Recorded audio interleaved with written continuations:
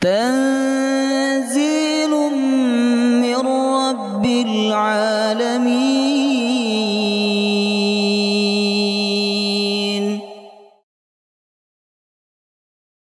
يا أيها الذين آمنوا إذا قيل لكم تفسحوا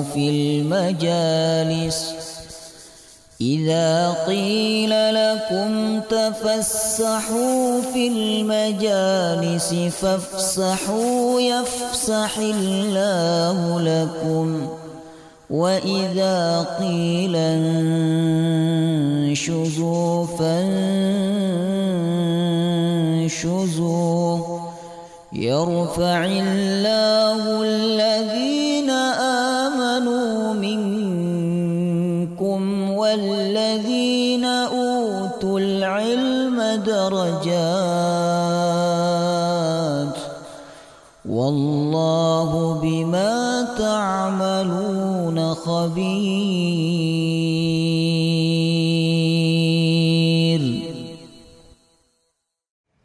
بسم الله الرحمن الرحيم. السلام عليكم ورحمة الله وبركاته.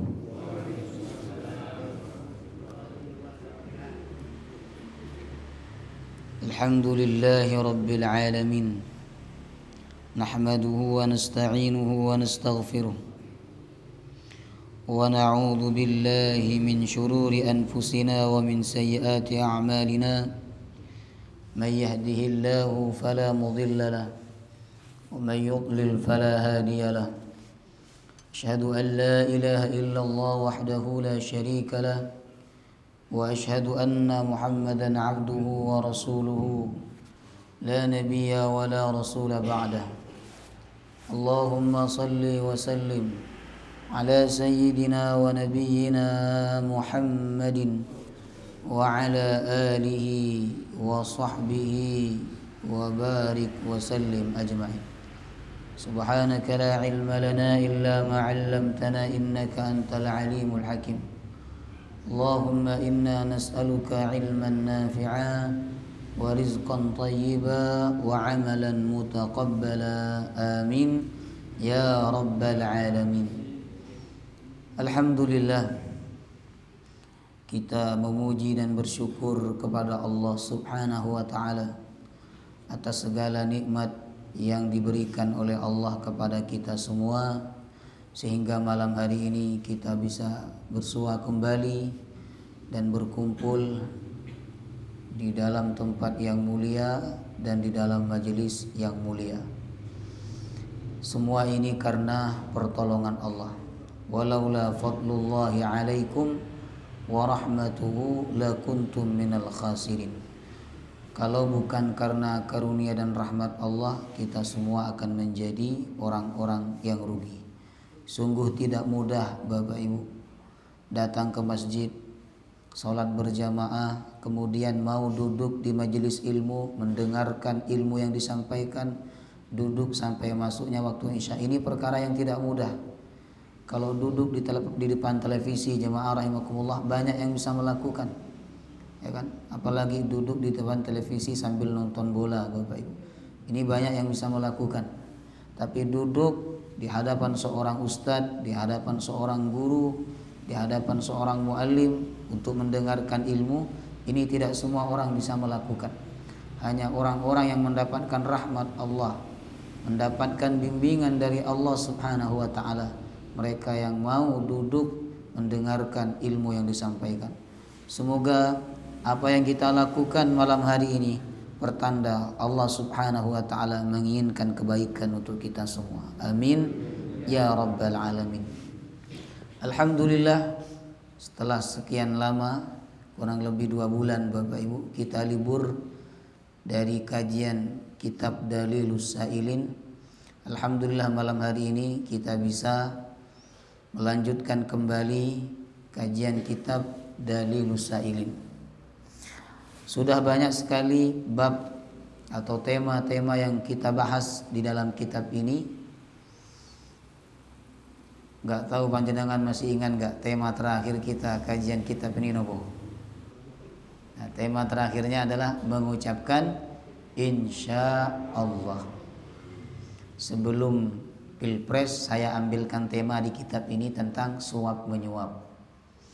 Lalu setelah Pilpres Bapak Ibu, ya, saya ambilkan tema mengucapkan insya Allah. Nah, sekarang kita masuk tema yang lain dari kitab Dalilus Sa'ilin, yaitu tentang haji. Tentang apa? Tentang haji Bapak Ibu.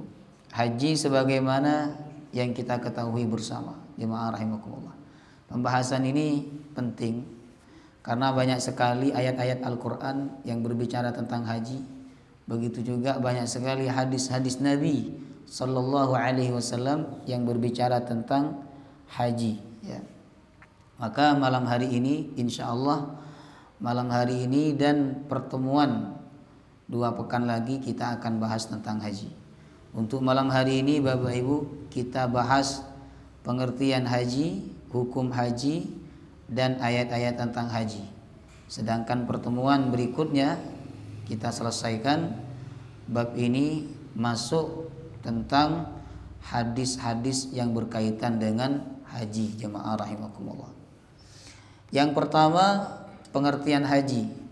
Sebenarnya ini tidak perlu disampaikan karena kita sudah maklum, kita sudah paham bersama bahwa haji itu adalah datang dengan sengaja ke Baitullah untuk melaksanakan ibadah-ibadah tertentu yang telah ditetapkan oleh Allah pelaksanaannya dan juga waktunya Bapak Ibu. Kemudian haji ini termasuk rukun Islam. Artinya kalau kita tidak melaksanakan atau belum melaksanakan ibadah haji, maka belum sempurna keislaman kita. Apalagi kalau kita mampu tapi tidak mau melaksanakan ibadah haji, ini bisa-bisa cacat keislamannya. Karena rukun itu bila tidak dilakukan satu saja, maka membuat suatu amalan menjadi tidak sempurna atau bahkan cacat dan tidak sah, jemaah rahimakumullah. Lalu karena haji ini bagian daripada rukun Islam, maka melaksanakan ibadah haji wajib bagi setiap orang muslim yang baligh dan dia mampu Bapak Ibu. Permasalahannya sekarang ini kita tidak bisa langsung melaksanakan ibadah haji. Tidak bisa langsung, ya kan? Tetapi harus daftar dulu Bapak Ibu. Apalagi haji reguler, jemaah rahimakumullah. Nah, pertanyaannya, apakah hukum daftar haji bagi yang mampu? Apa hukumnya? Wajib nawabadan. Daftar haji bagi yang mampu. Ini oleh MUI, ya, Fatwa Majelis Ulama Indonesia. Karena memang di zaman Nabi nggak ada daftar-daftar haji, langsung berangkat Bapak Ibu. Ya, di zaman sahabat juga begitu, zaman tabi'in juga begitu, jemaah rahimakumullah. Kan daftar haji ini kan baru ada belakangan, jemaah rahimakumullah. Yang nunggunya lama, ya. Kalau di Malang puluhan tahun Bapak Ibu. Nah, ini dirinci oleh Fatwa MUI. Hukum daftar haji bagi yang mampu. Misalnya saya mampu daftar haji, ya kan? Saya sudah punya uang. Misalnya 60 juta, suami istri sudah bisa haji, sudah bisa daftar haji. Apakah saya wajib daftar haji, jemaah rahimakumullah? Ini dirinci. Yang pertama, bagi yang usianya di bawah 60 tahun, Fatwa MUI mengatakan tidak wajib. Hanya hukumnya sunnah Bapak Ibu. Yang usianya di bawah 60. Tapi bagi yang usianya 60 tahun dan dia punya kemampuan untuk daftar haji, maka dia wajib daftar haji. Bila dia tidak daftar haji, ya, maka dia telah berdosa dan dia telah melakukan perkara yang haram, jemaah rahimakumullah. Dan bila dia jatuh miskin, maka kewajiban haji itu tetap melekat kepada dia. Ya, dan dia wajib minta tolong kepada pemerintah, minta tolong kepada Baitul Mal untuk menghajikan dia, menggugurkan kewajibannya. Ya. Ini hukum daftar haji, jemaah rahimakumullah. Kemudian orang yang sudah terlanjur mendaftar haji tetapi belum melaksanakan ibadah haji, usianya sudah sudah sampai ya, usianya sudah tidak ada, sudah meninggal dunia, maka Bapak Ibu kata ulama wajib dihaji badalkan. Okay? Wajib dihaji badalkan oleh siapa? Oleh ahli warisnya. Ada sebagian perempuan ya, suami istri ini, suaminya meninggal dunia, udah daftar haji sama istrinya, uang hajinya diambil, dibuat untuk dirinya daftar haji plus. Ini kurang tepat. Harusnya apa? Uang hajinya itu dibiarkan atau diambil, kemudian menyewa seseorang untuk apa? Melaksanakan haji badal bagi suaminya. Karena suaminya sudah daftar haji dan dia sudah punya niat yang kuat untuk melaksanakan haji, tapi umur tidak sampai. Jemaah rahimakumullah. Kemudian kita masuk ayat-ayat tentang haji Bapak Ibu. Di dalam kitab ini ada 4 ayat yang dikutip mengenai haji. Pertama, surah Al-Baqarah ayat 196. Ayat berapa? 196. Allah berfirman, wa atimmul hajja wal umrata lillah, dan sempurnakanlah ibadah haji dan umrah lillah, karena Allah. Kenapa Allah nyuruh menyempurnakan? Beda dengan sholat Bapak Ibu. Ketika Allah memerintahkan sholat, langsung Allah perintahkan sholatlah atau dirikanlah sholat. Zakat juga begitu, wa atuz zakah, bayarlah zakat. Puasa juga begitu, diwajibkan atas kalian puasa. Allah tidak mengatakan sempurnakanlah ibadah sholat kalian, sempurnakanlah zakat kalian, sempurnakanlah puasa kalian. Tetapi untuk ibadah haji jamaah rahimakumullah, Allah menyatakan wa atimmul hajjah, sempurnakanlah ibadah haji dan umrah kalian. Kenapa? Ini ada 2 kemungkinan kata para ulama jamaah rahimakumullah. Ya. Yang pertama, untuk menunjukkan bahwa ada banyak orang melaksanakan ibadah haji tapi tidak sempurna Bapak Ibu. Ya. Kemudian yang kedua, orang Arab saat itu melaksanakan ibadah haji berbeda dengan haji yang diajarkan oleh Nabi Ibrahim alaihissalam, atau yang dikenal dengan haji jahiliyah. Jadi ada di antara mereka yang melaksanakan ibadah haji, cuman hajinya tidak sesuai syariat Nabi Ibrahim. Jadi untuk orang yang baru pertama kali melaksanakan ibadah haji, maka Bapak Ibu, mereka tidak boleh memakai pakaian. Jadi tawaf itu harus tanpa sahlai pakaian. Karena apa? Mereka dianggap orang yang kotor. Ini haji jahiliyah. Kemudian termasuk juga haji jahiliyah adalah wukufnya bukan di Arafah tapi di Muzdalifah. Kenapa bukan di Arafah? Karena mereka menganggap Arafah itu bukan lagi tanah haram. Arafah itu kan sudah masuk tanah halal Bapak Ibu. Dan mereka menganggap tidak pantas orang yang berada di tanah haram wukufnya di tanah halal. Makanya mereka milih wukuf di Muzdalifah. Ya, itu haji jahiliyah. Oleh karena itu ketika Allah merintahkan haji kepada umat Nabi Muhammad, Allah merintahkan mereka untuk menyempurnakan pelaksanaannya sebagaimana syariat Nabi Ibrahim alaihissalam. Ada alasan lain yang disampaikan oleh ulama kenapa Allah menyebut sempurnakanlah haji dan umrah, karena Allah subhanahu wa ta'ala. Ya. Karena berbeda dengan sholat Bapak Ibu, berbeda dengan puasa, berbeda dengan zakat. Sholat itu hanya satu itu, ya kan? Zakat ya hanya satu itu, puasa juga hanya satu itu. Tapi haji jamaah rahimakumullah rangkaiannya banyak, ya toh? Haji pertama apa? Halo, lupa. Yang sudah haji-haji ini, Haji Suparman, Haji Sigit dan seterusnya. Apa rangkaian pertama? Yang pertama adalah tentu niat ya Bapak Ibu. Yang pertama apa? Ihram dan ambil miqat jamaah rahimakumullah. Kemudian apa? Lupa Bapak Ibu. Wukuf. Jamaah rahimakumullah. kemudian wukuf di Arafah dan seterusnya, itu banyak sekali urutan-urutannya ya.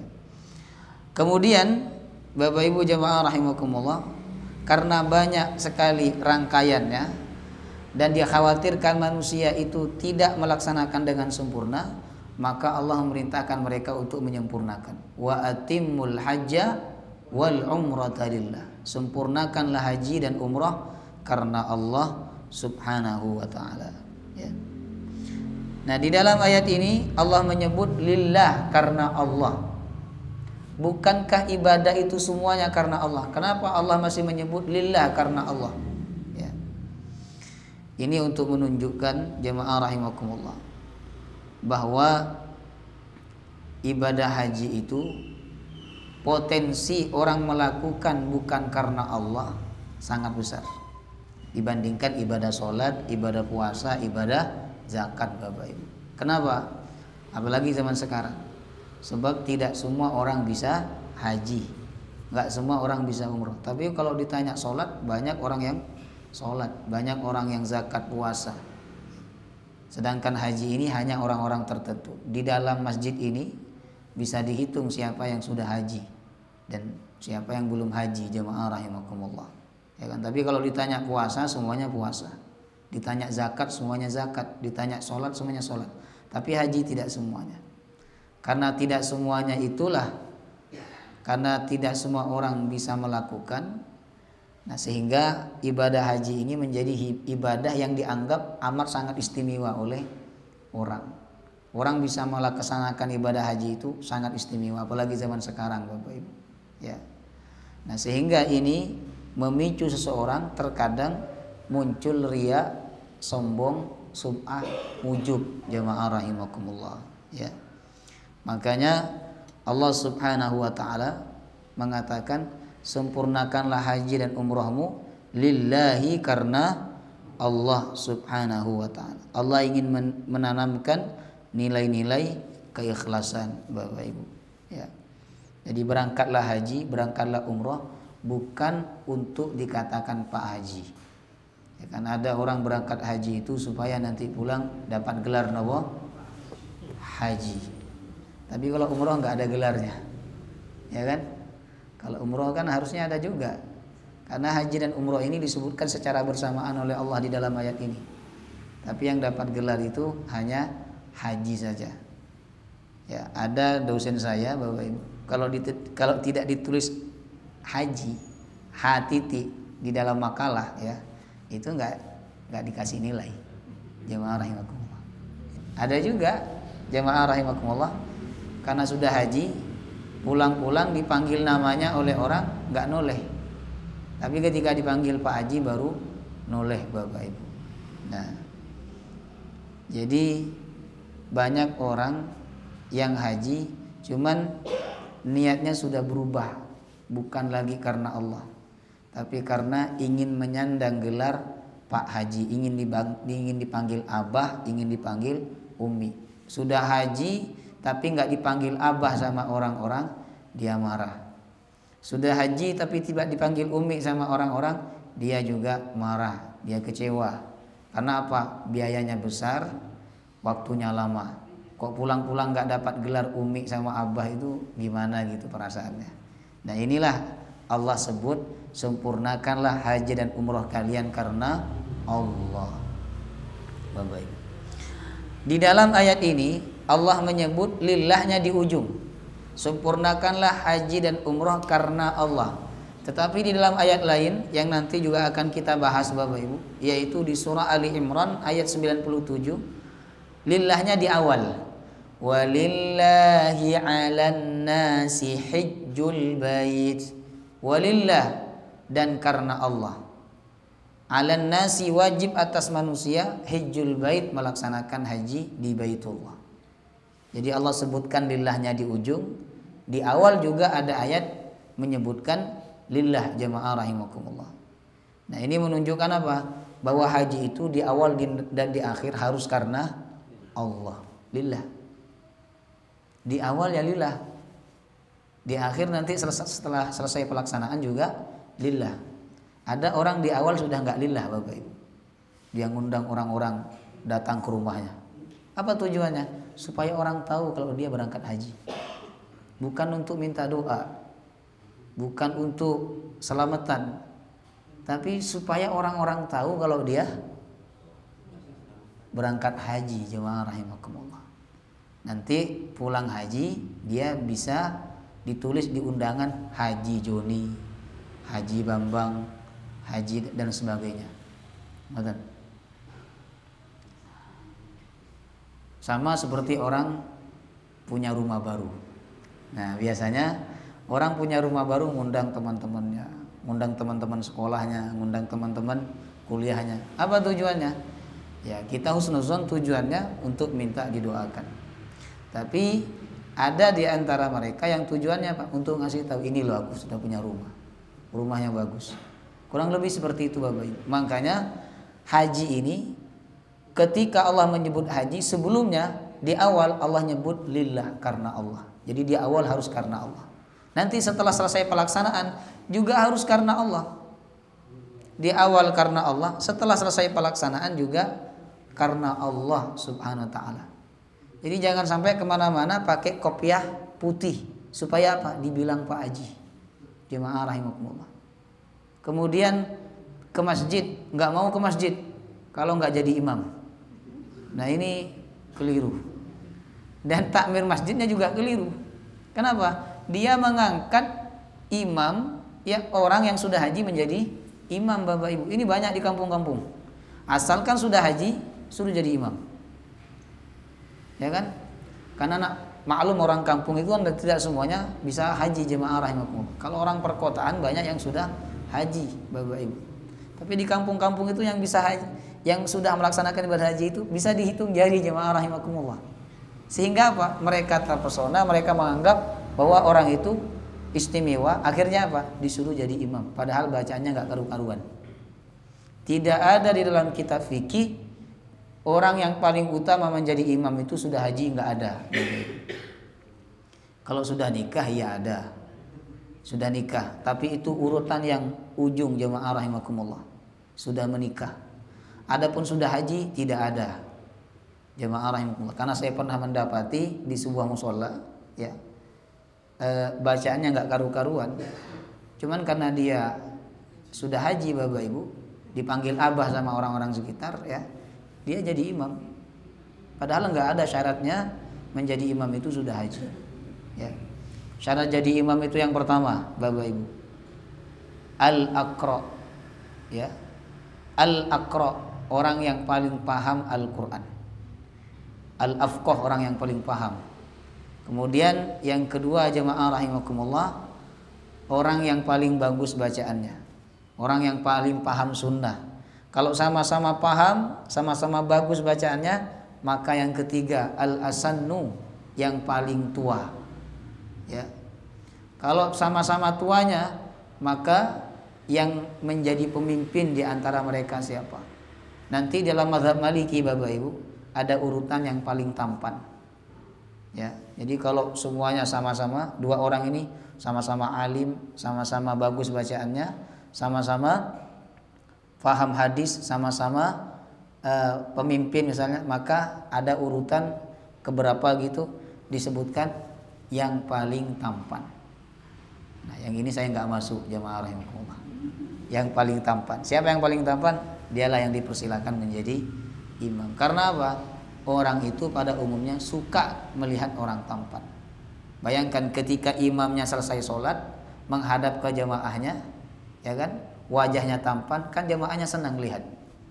Tapi kalau imamnya kecil, kemudian hitam, jemaah rahimakumullah, mau menghadap ke jemaah, ini merusak pemandangan. Makanya saya tidak menghadap ke jemaah, menghadap ke sebelah kanan, Bapak Ibu. Maka jemaah rahimakumullah, tidak ada syarat menjadi imam itu harus sudah haji. Boten-boten. Ya, itu syarat yang dibuat-buat oleh masyarakat. Ya.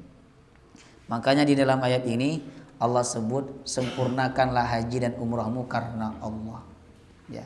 Ketika amalan itu tidak banyak orang yang bisa melakukan Bapak Ibu, lillah itu harus betul-betul tertanam di dalam diri kita. Karena Allah, karena Allah, karena Allah. Ya kan?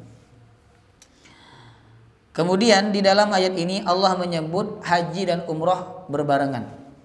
Wa atimmul hajja wal umrata lillah.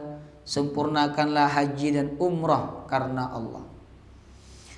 Nah, apakah hukumnya umrah itu? Apakah wajib sama seperti haji ataukah sunnah? Ini ulama berbeda pendapat. Kalau kita merujuk kepada mazhab Syafi'i dan mazhab Hambali, Bapak Ibu, umrah itu hukumnya wajib seumur hidup sekali, sama dengan haji. Kenapa? Alasan mereka sebab umrah disebut oleh Allah setelah haji.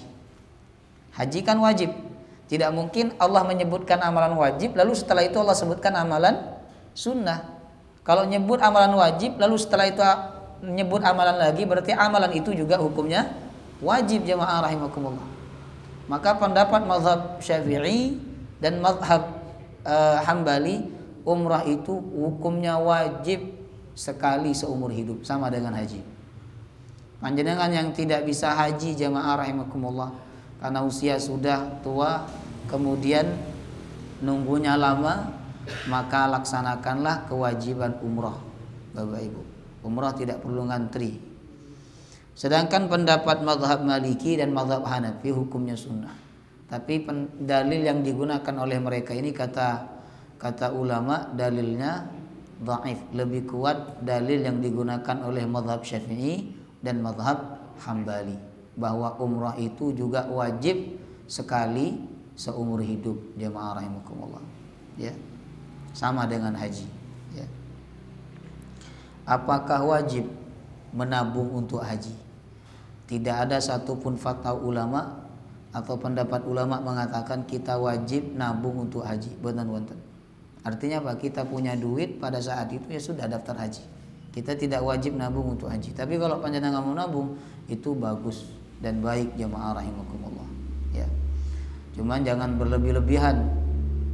Berlebih-lebihan itu maksudnya bagaimana? Nabung untuk haji sampai anak istrinya nggak punya pakaian, istrinya nggak diberikan hak-hak nafkahnya, anaknya juga begitu. Alasannya apa?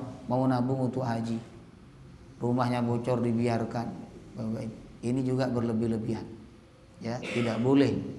Jadi tidak ada pendapat ulama mengatakan kita wajib nabung untuk haji. Yang wajib itu kita punya duit saat itu, kemudian daftar, itu yang wajib, jemaah rahimakumullah. Kemudian kita lanjut ayat berikutnya, surah Al-Baqarah 197. Yang tadi 196. Ini ayat 197. Allah berfirman, Al-hajju ashhurum ma'lumat. Haji itu di bulan-bulan yang sudah diketahui atau yang sudah dimaklumi. Faman farada fihinnal hajja fala rafatha wala fusuqa wala jidala fil hajj. Siapa yang niat melaksanakan ibadah haji di bulan-bulan itu, maka tidak boleh berbuat rafath, tidak boleh berbuat fasik, dan tidak boleh berdebat. Allah menyatakan bahwa haji itu bulannya sudah ditentukan. Allah sebut ashhurum ma'lumat, bulan-bulan yang sudah dimaklumi. Bulan haji itu ada berapa? Loh. Bulan haji ada berapa? Kalau kita tahu kan ada satu, yaitu bulan Dzulhijjah. Padahal bulan haji itu ada 3, Bapak Ibu. Sebagaimana ayat ini, Allah menyebut dengan ashhur, jamak dari kata syahrun. Kalau ashhur berarti lebih dari 2, jemaah rahimakumullah. Bulan haji itu Syawal, Dzulqa'dah, dan Dzulhijjah, itu bulan haji. Syawal semuanya hari-hari masuk dalam bulan haji, Bapak Ibu. Dzulqa'dah juga begitu. Sedangkan Dzulhijjah ini yang masuk dalam waktu haji itu hanya 10 hari pertama, tanggal 1 sampai tanggal 10. Ada yang bilang tanggal 1 sampai tanggal 13, jemaah rahimakumullah. Ya. Jadi haji itu ada 3 bulan. Syawal, Dzulqa'dah, Dzulhijjah. Berarti melaksanakan haji bulan Syawal boleh, Ustaz? Boleh. Tapi wukufnya nunggu bulan Dzulhijjah, Bapak Ibu. Maksud ayat ini adalah Panjenengan kalau niat hajinya bulan Syawal, berangkat niat haji bulan Syawal, kemudian pakai ihramnya di bulan Syawal, ya, ambil mikotnya juga di bulan Syawal, ini boleh. Tapi masalahnya panjenengan kuat tidak nunggu sampai bulan Dzulhijjah wukuf itu tanggal 9. Ngoten. Karena selama ihram Bapak Ibu tidak boleh apa? Pakai wangi-wangian. Tidak boleh berhubungan suami istri. Tidak boleh berdebat, tidak boleh berbuat fasik, tidak boleh berbuat rafas. Kuat tidak dari bulan Syawal sampai bulan Dzulhijjah? Kuat badan? Enggak kuat kan? Makanya rata-rata orang Indonesia itu hajinya tamattu'. Tamattu' itu umrah dulu baru haji Bapak Ibu. Tamattu' kan artinya bersenang-senang. Umrah dulu, umrah, setelah selesai umrah ihramnya dilepas. Ya. Baju ihramnya dilepas, kemudian dia pakai baju biasa, bersenang-senang. Kalau dia punya istri, dia berhubungan dengan istrinya, kemudian dia belanja dan sebagainya, ya. Lalu setelah masuk bulan Dzulhijjah, dia ambil mikot lagi, pakai baju ihram, melaksanakan ibadah haji. Ini namanya haji apa? Tamattu. Jemaah rahimakumullah. Ngoten. Kalau panjenengan mau haji itu haji qiran, jemaah rahimakumullah, yang bersamaan antara umrah dan haji, artinya panjenengan tidak melepaskan ihram, ya silakan. Biasanya haji qiran ini dilakukan oleh orang-orang Arab Saudi sendiri, yang rumahnya mereka dekat dan berada di tanah haram, jemaah rahimakumullah. Ya. Jadi panjenengan melaksanakan ibadah haji mulai bulan Syawal ya boleh, tapi nunggu sampai bulan Dzulhijjah nanti tanggal 9. Dan ini kita tidak kuat. Makanya tamattu. Kenapa Allah panjangkan waktu haji itu Bapak Ibu? Supaya manusia pertama menyiapkan bekal secara fisik dan juga secara rohani, persiapan yang matang. Yang kedua, jemaah rahimakumullah, Allah panjangkan waktu haji supaya manusia itu betul-betul menanamkan niat yang kuat untuk melaksanakan ibadah haji mulai bulan Syawal. Jadi bulan Syawal itu sudah boleh berniat haji Bapak Ibu. Ya. Bukan ketika kita ihram baru kita niat haji, bukan hanya saat itu. Tapi di bulan Syawal pun kita sudah boleh berniat haji. Karena apa? Bulan Syawal itu sudah masuk bulan haji jemaah rahimakumullah, ya. Nah, ditetapkannya bulan-bulan haji langsung oleh Allah ini menunjukkan bahwa ibadah haji itu ibadah ritual Bapak Ibu. Ya, ibadah ritual. Bukan ibadah sosial, bukan ibadah sesuai keinginan kita. Ya. Tapi ibadah yang semuanya serba ditetapkan oleh Allah. Mulai dari waktunya ditetapkan oleh Allah. Syawal, Dzulqa'dah, Dzulhijjah. Kalau kita haji di bulan yang lain, bulan Muharram misalnya, enggak sah jemaah rahimakumullah. Walaupun wukuf di Arafah. Kemudian yang kedua, yang ditetapkan oleh Allah juga apa? Pakaiannya. Bapak Ibu. Bedakan dengan sholat. Sholat itu walaupun ditetapkan waktunya, tapi bulan-bulannya nggak ditetapkan. Setiap bulan kita wajib sholat. Kemudian yang kedua, pakaiannya juga ditetapkan oleh Allah, diatur. Beda dengan sholat. Sholat kita nggak diatur pakaiannya, pokoknya menutup aurat selesai. Tapi kalau ibadah haji ini diatur Bapak Ibu. Ya kan, harus pakai pakaian yang tidak berjahit. Kemudian apa? Pakaiannya dua kain, satu kain bawah, yang satu kain atas. Lalu bahu yang sebelah kanan dibuka. Itu maknanya dibuka apa itu? Kenapa kok dibuka? Kenapa tidak tutup? Kita nggak tahu, tapi Allah memerintahkan kita lakukan. Itulah namanya ritual. Jemaah rahimakumullah. Kemudian tempat-tempatnya juga ditentukan oleh Allah. Pelaksanaannya juga ditentukan oleh Allah. Jadi ibadah haji itu ibadah ritual. Semuanya serba ditentukan oleh Allah. Dan kita tidak boleh bertanya kenapa harus begini. Nggak boleh. Kenapa baju ihram itu harus yang tidak berjahit? Kemudian kenapa bahu sebelah kanan dibuka? Kenapa tawafnya 7 kali? Ini tidak boleh kita bertanya dan mencari-cari tahu Bapak Ibu. Ya kan? Itulah namanya hamba. Ya. Sami'na wa ata'na. Kami dengar, kami paham, udahlah kami ikuti. Walaupun kami nggak tahu alasannya kenapa tawaf 7 kali. Jemaah rahimakumullah. Kenapa sa'i 7 kali? Kenapa melempar jumroh? Kenapa melempar jumroh itu? Kenapa dilempar? Kan kata orang melempar apa? Nggak bener, itu nggak ada hadisnya jemaah rahimakumullah. Melempar setan tuh nggak ada hadisnya. Memang setan nggak bisa lari Bapak Ibu. Setan punya kaki, bisa lari dia, jemaah rahimakumullah. Itu nggak bener ya. Nah, itu hanya simbol bahwa setan merasa terajam, setan merasa terpukul, setan merasa terlempar ketika manusia melaksanakan ibadah haji. Karena ketika haji manusia fokus mendekatkan diri kepada Allah Subhanahu wa ta'ala. Ngoten, bukan melempar setan. Ya. Bapak Ibu. Jadi ibadah haji itu waktunya sudah ditentukan oleh Allah, pakaiannya juga ditentukan, makanya dia masuk dalam kategori ibadah ritual.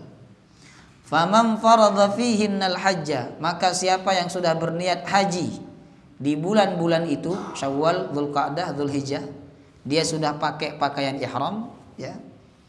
Maka Allah menetapkan larangan kepada dia. Larangan yang pertama, fala rafatha, tidak boleh berbuat rafath.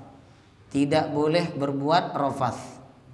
Rafath itu Bapak Ibu, mohon maaf, rafath adalah kata-kata kotor yang mengandung cabul. Ya, kalau kata-kata kotor kan banyak, tapi ketika kata-kata itu mengandung cabul, omongan itu mengandung cabul, itu disebut dengan rafath. Nah, ketika sudah pakai baju ihram nggak boleh. Ya kan, bicara-bicara yang mengarah kepada cabul. Misalnya, punya antum kecil, punya itu tuh si itu besar misalnya. Itu nggak boleh jemaah rahimakumullah. Kenapa Allah larang ini? Karena kebiasaan orang Arab begitu Bapak Ibu. Ya. Nah, ternyata itu kebiasaan jahiliyah yang terbawa sampai mereka berada di dalam Islam jemaah rahimakumullah. Makanya Allah melarang fala rafath, jangan berkata-kata kotor. Kalau kita kan mungkin akan bertanya, loh kok bisa orang haji bilang atau berucap ucapan yang cabul? Kan kita bertanya begitu. Tapi sejarahnya jemaah rahimakumullah menunjukkan bahwa mereka pun ketika haji ketemu sama temannya bicaranya seperti itu, Bapak Ibu. Artinya apa? Itu sudah menjadi kebiasaan mereka sejak zaman jahiliyah. Makanya dalam puasa itu kan Nabi mengatakan, siapa yang puasa tapi berkata-kata kotor, maka puasanya nggak diterima. Maka ketika orang melaksanakan ibadah haji, tidak boleh berkata-kata rafath, kata-kata ucapan yang mengandung cabul. Kemudian wala fusuq, dan tidak boleh berbuat fasik. Kata sahabat Ibnu Abbas, fasik itu adalah segala bentuk kemaksiatan. Wala jidal, dan tidak boleh berdebat ketika haji. Nggak boleh berdebat. Ada nggak orang berdebat ketika haji? Banyak jemaah rahimakumullah. Urusan apa? Kamar mandi. Bertengkar Bapak Ibu. Urusan apa lagi? Makan Bapak Ibu. Kursi nanti di bis ya. Saya duduk di depan, saya kalau di belakang mabuk dan sebagainya. Itu berdebat. Saya juga mabuk, akhirnya mereka berdebat jemaah rahimakumullah. Ya. Nah, perdebatan ini dapat mengurangi pahala haji walaupun tidak sampai membatalkan. Ya kan? Kata ulama bisa terkurangi, bahkan bisa hilang pahala hajinya. Ya, walaupun hajinya sah jemaah rahimakumullah. Itu 3 larangan yang Allah sebutkan di dalam ayat ini. Yang pertama tadi, tidak boleh rafath, berkata-kata yang mengandung cabul. Yang kedua, tidak boleh berbuat fasik. Yang ketiga, tidak boleh berdebat jemaah rahimakumullah. Kemudian kita lanjut ayat berikutnya. Surah Ali Imran ayat 97. Allah berfirman, fihi ayatum bayyinatum maqamu Ibrahim. Terdapat ayatum bayyinat, tanda-tanda yang nyata, tanda-tanda kebesaran Allah. Apa itu? Maqamu Ibrahim. Di antaranya adalah maqam Ibrahim. Jadi di tanah haram, di Masjidil Haram itu terdapat tanda kebesaran Allah. Ya. berupa maqamu Ibrahim, maqam Ibrahim. Maqam ini bukan makam ya. Kalau kita kan makam itu kuburan Bapak Ibu. Kalau ayat ini maksudnya makam itu adalah tempat berdirinya Nabi Ibrahim ketika membangun Ka'bah atau meninggikan Ka'bah. Waktu itu Nabi Ibrahim meletakkan batu supaya dirinya tambah tinggi, ya. Nah, batu itulah yang disebut dengan maqam Ibrahim. Sampai sekarang batunya masih ada, jemaah rahimakumullah. Itu disebut maqam Ibrahim. Ya. Ketika kita sudah selesai melaksanakan ibadah tawaf, kita disunnahkan sholat menghadap persis ke makam Ibrahim, Bapak Ibu. Ya. Wa man dakhalahu kana amina. Siapa yang masuk ke dalam Masjidil Haram, ke tanah haram, ke Mekah, kana amina, maka dia pasti aman. Makanya dalam mazhab Syafi'i, ketika ada orang yang membunuh orang lain, dia kan wajib dikisos. Tapi dia lari ke Ka'bah, maka dia tidak boleh dibunuh di Ka'bah. Dia harus ditangkap, dibawa keluar, kemudian dibunuh di luar tanah haram. Jemaah rahimakumullah. Walillahi 'alan nasi hajjul baiti man istata'a ilaihi sabila. Walillah, dan karena Allah, 'alan nasi hajjul baiti, wajib bagi manusia melaksanakan ibadah haji. Man istata'a ilaihi sabila, bagi siapa saja yang mampu melaksanakannya. Jadi haji itu hanya bagi yang mampu, Bapak Ibu. Mampu secara ekonomi dan juga mampu secara fisik, jemaah rahimakumullah. Kalau secara fisik sudah tidak mampu walaupun sudah waktunya berangkat haji, sebenarnya secara hukum dia tidak wajib haji. Seperti yang terjadi tahun kemarin kan, ditanya, "Bah, mau kemana panjenengan?" "Mau pulang, mau turun, mau ngasih makan ayam." Ini secara fisik tidak wajib haji, jemaah rahimakumullah. Karena dia sudah tidak bisa mengendalikan dirinya, sudah pikun. Belum lagi kalau orang sepuh-sepuh, Bapak Ibu, ya kan? Berangkat sama rombongan, pulang tersesat, ya kan? Pulang kemana-mana sampai jauh, jemaah rahimakumullah. Makanya kalau panjenengan punya orang tua yang melaksanakan ibadah haji, kalau sesat bingung, jangan suruh jalan, jangan jalan, diam, minta tolong sama orang. Karena kalau jalan nanti tambah sesat. Jadi haji itu kewajiban bagi yang mampu secara fisik dan juga secara finansial.